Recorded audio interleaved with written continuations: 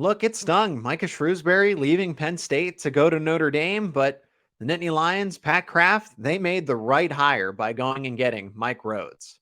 You are Locked On Nittany Lions, your daily podcast on the Penn State Nittany Lions. Part of the Locked On Podcast Network, your team every day. Thanks so much for making Locked On Nittany Lions your first listen and watch every single day. We're free and available wherever you get your podcasts. My name is Zach Seyko, your host. It is great to be back. It's been a little bit of a hiatus to explain to some listeners and viewers the reason I stepped away at the end of March. I had surgery, actually. I've recovered well. I'm better. I'm 100%. And that's the most important part is I wanted to be 100% for everybody. And here we are. And so much stuff has happened, Adam. We've had so much to talk about. Adam Sheetz joining the show. He's the Penn State men's basketball insider for Penn State's Com Radio. Micah Shrewsberry leaving after the NCAA tournament was over. The bidding war with Notre Dame, he ultimately followed his heart, went back to Indiana. And then here we are, Adam, also part of this, a big change coming for Locked On Nittany Lions is now we are the official podcast of Penn State Rivals. So pennstate.rivals.com is your official source for all things Penn State sports. And Locked On Nittany Lions, the official podcast of Penn State Rivals. And Adam, it's great to have you as the first guest back since my little vacation. I wouldn't call it. I was on the injured reserve for a little bit there. Oh, yeah, definitely great to be back. As you said, since the last time we talked, we were talking about Penn State just losing to Texas and how the team's going to look next season. And now all of a sudden we new coach, completely new look for Penn State. So it's been a very eventful time since the last time we discussed this. Yeah, but I think Penn State landed on its feet. I was a little concerned, and we're going to address a lot of that today. The hiring of Mike Rhoades, players in the transfer portal for Penn State. Not everyone has put their name in, but a good chunk of players, the high school recruits asking to be released from their letters of intent. So there's a lot to unpack here, but most importantly, Penn State selects Mike Rhoades from VCU. He's bringing his staff with him, and then brought in Joe Crispin, all-time Penn State great, one of the best scorers, one of the best basketball players in Nittany Lion history. But Mike Rhoades, how would you rate this hire on a scale of 1 to 10?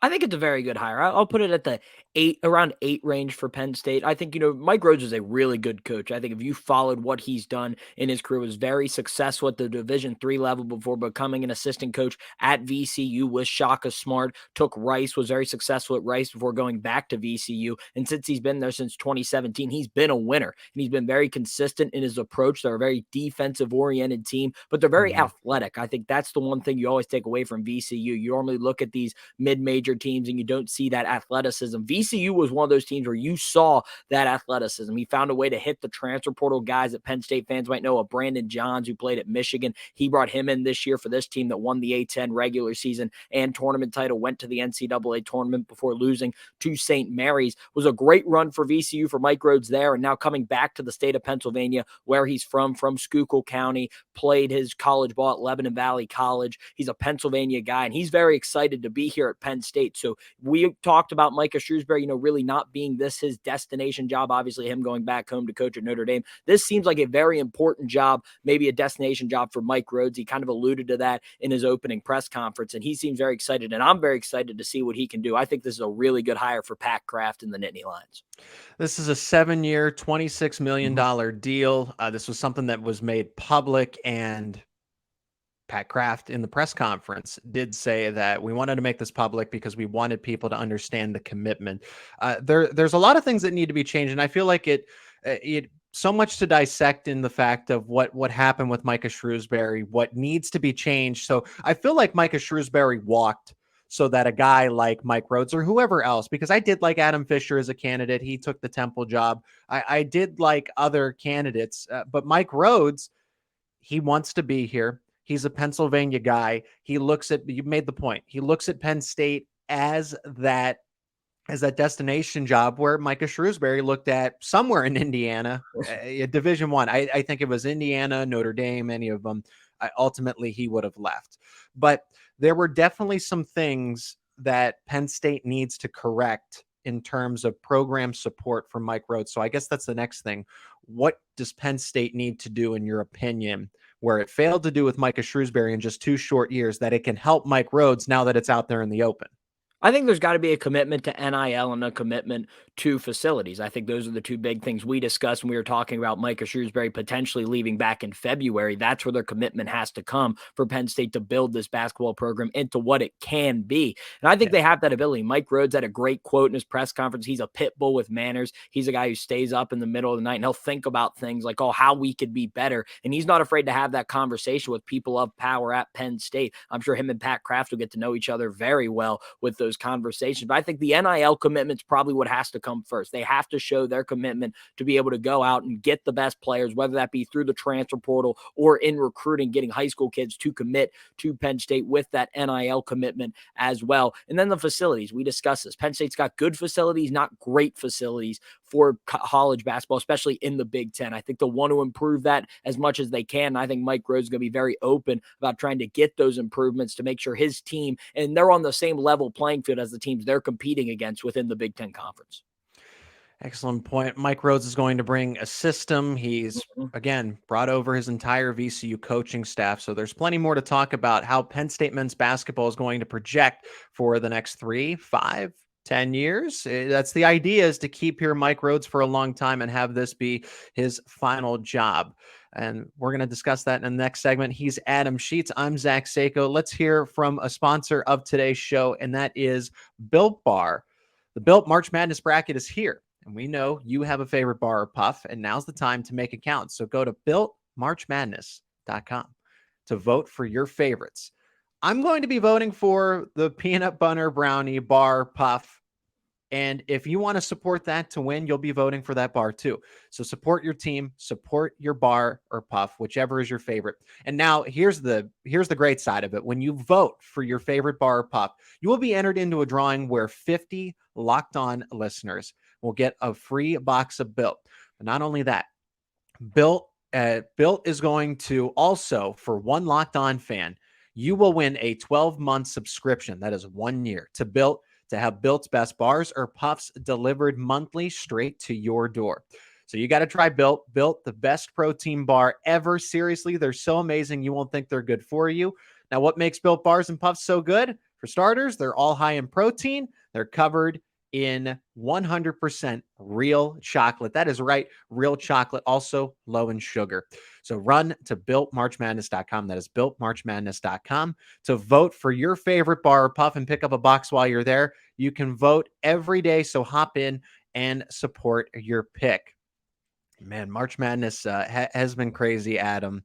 Penn State made it to the round of 32. I really, Micah Shrewsberry, for what it's worth, I know this conversation's about the future. Mike Rhoades building a program, getting the support. We're going to go through the staff and players and what to expect for next season and what needs to happen this offseason so that they're not at the bottom of the Big Ten, so that they can at least be around.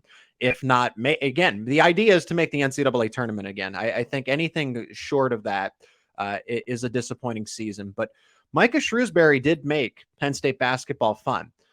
Pat Chambers, I think, was getting there as well. And we know what happened. We know he fired and everything else. He's at Florida Gulf Coast, but COVID happens, and that team, that was a 6 seed easily. They were at least a 6 seed going into the NCAA tournament. But Micah Shrewsberry, in such a short time, he is a really good coach. I have no animosity. Obviously, there are people in the fan base that are going to be upset with the way that he left, but I think ultimately you have to understand why he did it. But fortunately for Penn State, this program is not left in shambles, and neither is VCU, because they went out and hired Ryan Odom from Utah State, and now it's like the big fish eats little fish. So now Utah State is going to have to figure out what it's going to do moving forward. So for Penn State, the blueprint starts in the transfer portal, or does it start with re-recruiting players who were here under Micah Shrewsberry, Dalian Johnson? I know a player like Kanye Clary is not in the transfer portal, Adam, but Kebba Njie is, or no, Kebba Njie is not, excuse me. Jameel Brown is, an Evan Mahaffey is. Those guys have not committed anywhere. There's going to be interest, especially since they're from Ohio, Indiana. There's going to be that interest to move back closer to home and to be with the coach that you played for and recruited. Same thing with the VCU players. So we'll get to that in just a second. But starting with the players that are Penn State Nittany Lions, whether they're in the transfer portal or not, what's kind of the read you're getting as far as how they could fit in, who would most likely stick around, and if it's just they're just listening to other people, but ultimately Mahaffey and Brown and others could return? I think there's a good chance. I think that's the first thing they have to do when they came in. I think Mike Rhoades made the point. He actually tweeted this out on Twitter, how it's all about the players. And he really wants, and it was a picture of all the Penn State guys that were there at his press conference. Some notable ones, Jameel Brown and Evan Mahaffey were there. They were there for that press conference. I mean, they had already been in the portal, so it was interesting to see those two at the introductory press conference for him. I think it's important to try to keep some of these freshmen, specifically a Kanye Clary and Kebba Njie, just because of how important they are and I think how they fit into the system. You look at VCU last year, Ace Baldwin, who's now in the portal from VCU. He's a very good undersized guard that's very quick and knows how to get to the rim. It's very similar to Kanye Clary. So there's kind of that pre-track where they have been successful with a similar type of player that Kanye Clary is at VCU with an Ace Baldwin. Then Kebba Njie, obviously, he was the prized recruit last year in that class. He's so talented, started. We mentioned a lot how he was really starting to get it going towards the end of the year, really growing into his role at Penn State. I think he's a guy that you just look at the talent that he has. He can really take that step and really be like the man on this team for years to come. I think that's the first guy you got to look at if you're Mike Rhoades. He's not in the portal yet, so you have full range. You're the only one that can talk to him at this point. Make sure he feels comfortable and you're able to keep him. I think that'd be the first step, because I think if Kebba Njie stays, maybe you're able to continue to, he will help you recruit some of these other guys that are there as freshmen. They're maybe in the portal, like an Evan Mahaffey or a Jameel Brown, and maybe try to get them to come back as well and keep that 5 nucleus, the highest ranked recruiting class Penn State ever had. Dalian Johnson and Caleb Dorsey are the veteran players that have put their names in the transfer portal. And I think regardless of the Micah Shrewsberry situation, I think if Micah had stayed, I do think that they might have ended up in the transfer portal as well, because we saw Dalian Johnson not get in as much. And then Caleb Dorsey, rumor maybe might have been, again, Penn State basketball, like Penn State football, doesn't really talk about injuries. I think Caleb Dorsey might have had an injury. I don't know. I don't have an inside or source about that, but was on the floor, all of a sudden disappeared, and then never really had a single minute ever again down the stretch. Besides the point. So Penn State, their goal is to keep Mike Rhoades and the staff. Their goal is to keep as many players in-house as they can, but also they want some familiar faces too. So Ace Baldwin is a candidate. And from what we have seen from various sources, people that have covered this situation closely, that Ace Baldwin, his top choice is to follow Mike Rhoades and the staff to Penn State. Any other players that could be joining him from VCU?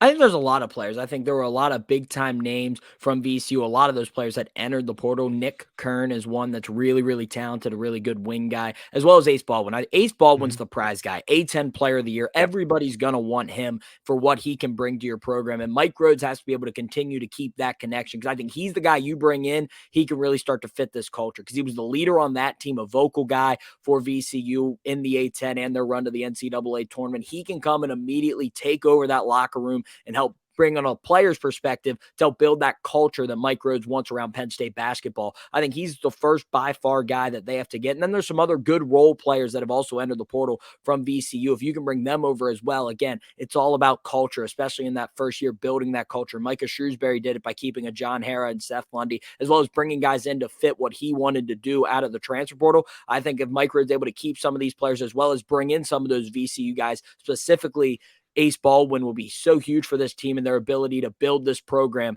from the ground up after everyone said it was kind of falling down after Micah Shrewsberry left, continue to build off that NCAA tournament appearance with the talent they have and continue to be successful. And the high school recruits, there were 3 of them, but that was a pretty good class. Top 25, obviously, when you have a guy like Carey Booth, the son of Calvin Booth, who's the general manager of the Denver Nuggets, one of the greatest to do it for Penn State. But this is a case of you want your son. This is kind of just what I've gathered in general. You don't want your child to just kind of follow blindly in what you did when you were their age, right? So for Carey Booth to step back and like make his decision, I totally understand. It's not yes, there's a legacy. You want to be able to follow your father's legacy, but I totally get where he's coming from as far as making a decision for himself and not just living in the spotlight or the shadow of his parent. So what can we gather as far, is there any hope that Penn State gets Carey Booth back? I think Logan Imes, I know that he publicly, at least it was publicly reported, that Logan Imes was interested in recommitting to Penn State if Adam Fisher was still on the staff or had become the head coach. Braden Shrewsberry, it didn't take a genius to figure out that he was going to follow his dad to Notre Dame. So it seems like Logan Imes and Braden Shrewsberry are off the board, period. Shrewsberry confirmed. Logan Imes not looking great. But then there's Carey Booth, 5-star, really a do-it-all. He's 6'10", is athletic. He can shoot. He can drive. He can rebound. He can play defense. He is the total package for a recruit that you want to be a difference maker. And I feel like Penn State hasn't had that. Tony Carr was kind of that, but not to this extent. I feel like Carey Booth has a little more potential. Can they get him back? Simply put. I think they can. There is some crossover with the staff, specifically Joe Crispin. There was some crossover between Calvin Booth and Joe Crispin when they were at Penn State. They know each other. So there's that possibility and that connection.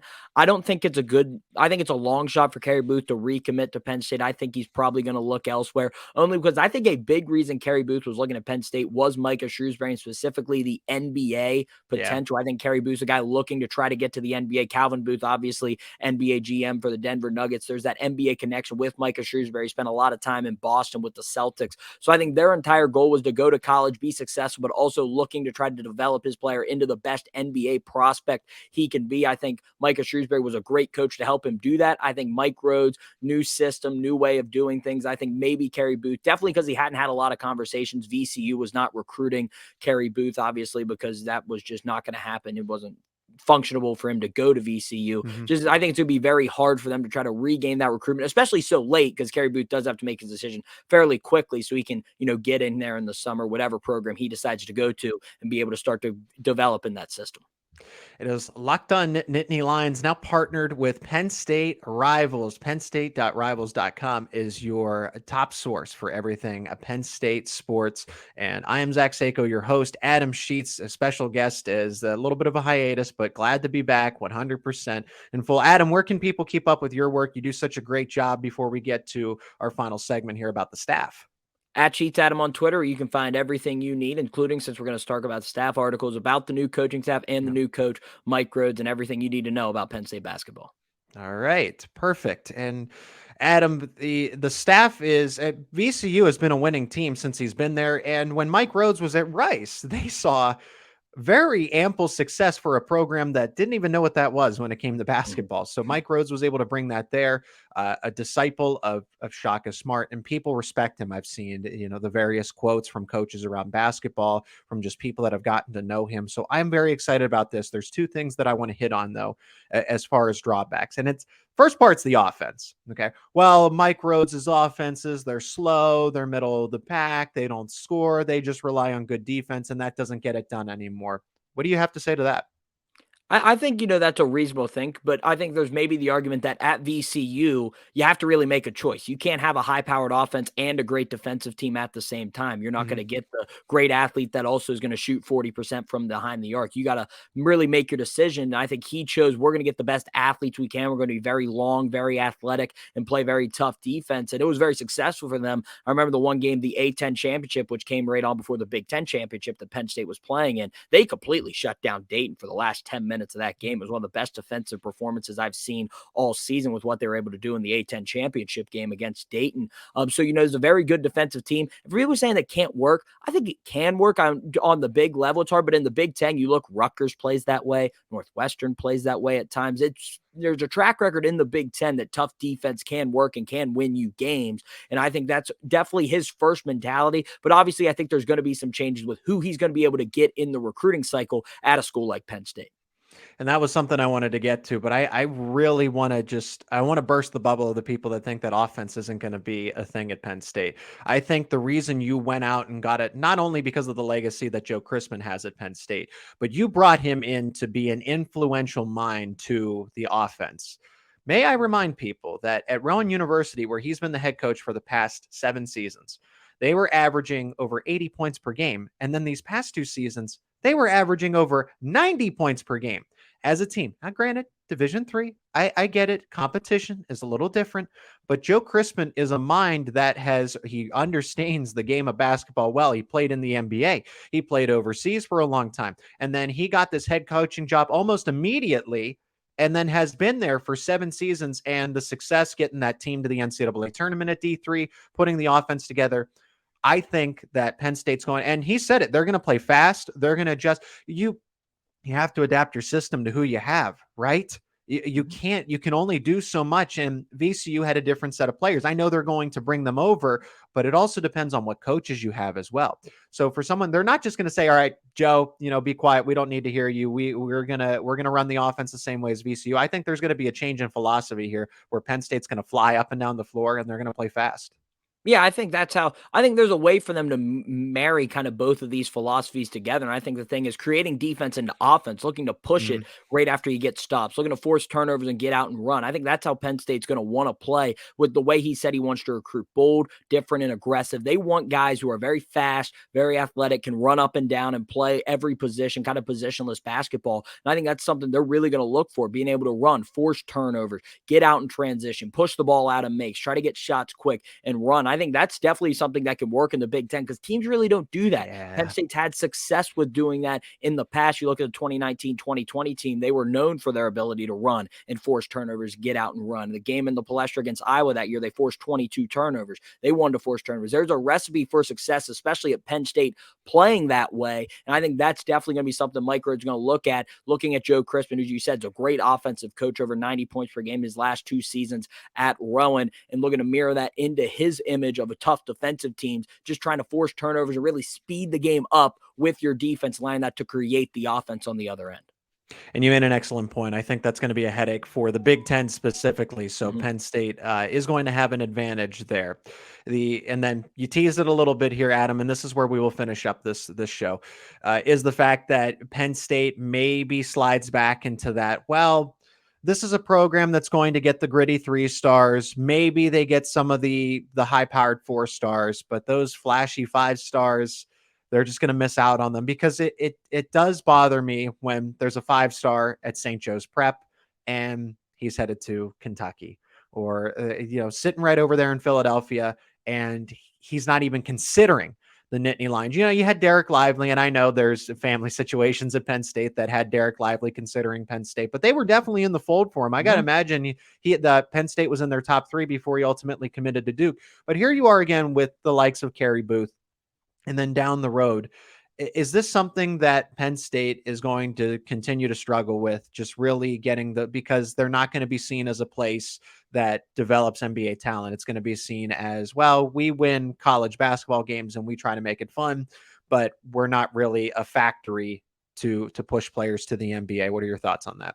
I think in the foreseeable future, I think that's definitely going to be how Mike Rhoades is going to have to build this team, getting these kind of undervalued guys, these 3 stars, maybe low-ranked 4 stars, kind of stealing them as big programs aren't really looking at them and showing and developing them into great players in the college ranks. But I think, if Penn State does make that commitment in the NIL and Mike Rhoades shows he can win in the Big Ten and develop guys to get them to the NBA, I think there's definitely a possibility that in the future, if he's able to build this program the way he hopes he can build Penn State as a basketball program, I think there's definitely an opportunity to start to maybe garner this ability to get these 5-star guys, but it's going to take some time. He's not going to come in and next year have 3 5-stars just automatically sign just because they're in Philadelphia. It's going to take time. He's going to have to build the program in his image, get these low-ranked 3-star guys, these 4 stars, and really develop it into a great culture that the 5-star players that are looking to try to get to the NBA want to come to Penn State and play because they like the culture, they like the way they play, and they trust Mike Rhoades and his coaching staff to help get them to the next level. It's just going to take some time. That's not going to happen overnight. It was going to happen maybe a little quicker with a Micah Shrewsberry because of his NBA pedigree, but with Mike Rhoades, who's a college guy through and through, it's going to take time to build up that trust with recruiting cycles and get that relationship so Penn State's able to eventually build it into a program where they can go and compete for these guys at the highest level in the recruiting ranks. Oh, it is great to be back. Another episode of Locked On Nittany Lions in the books. Thanks again for making us your first listen and watch every single day. For your second listen, check out brand new podcast, Locked On College Basketball. Experts Isaac Shea and Andy Patton. They do such a great job as everything's winding down. National championship game today, as this episode is going to be up Monday, April 3rd. And I guess, Adam, this is a good time to get your prediction as well. San Diego State, Connecticut. Connecticut's a pretty good team. I like San Diego State to make it interesting. Because FAU is just a really complete team. So I think it took everything in them to, even with that final shot, to beat that Owls team. But who do you like to win and maybe a score there? I like UConn. I think UConn's been the best team through and through. They've really dominated college basketball, especially in the NCAA tournament. They haven't lost a game outside of Big East play. They've been great. So I like UConn. I like them 85-68. I think they're going to run away with this thing. I just think, it's going to be too much. I think San Diego State keeps it interesting for a little bit, but when UConn, right at the beginning of the second half, they flip that switch and they're a completely different team. I think Sonogo is going to be a problem down low, and I like the Huskies to cut the nets down. If I do like UConn as well to win it. If San Diego State's going to keep it interesting, they're going to have to play really good defense. And I think you're just going to have to be slow, and you're going to have to go really, really to the extreme of the way that Aztec basketball is. So I'm going to go UConn. I'm going to go really weird here, 65-60, and just be in that lower scoring frame, just because if San Diego State wants a chance, it's just how they're going to have to play. And I think they do it well enough that they can at least make it interesting. But like I said, Locked On College Basketball is all the recaps, the previews, everything that has been going on in college basketball. Plus, you get to hear from big name experts, coaches, players, insiders throughout the college basketball landscape. Locked On College Basketball available on YouTube and wherever you get your podcast. So excited to be partnered up with Penn State Rivals, PennState.rivals.com, your official source for all things Penn State athletics. Adam, once again, where can people keep up with your personal work? You do such an incredible job. At Sheetz Adam on Twitter, where you can find all the things you need for Penn State basketball. All right, Adam, thanks again for your time. Glad we could catch up. So much to talk about when it comes to men's basketball, and when some players, as they move through the transfer portal, in or out, whichever, hopefully all in, but excited for that next conversation about it. Yep, thanks, Zach. Always a pleasure.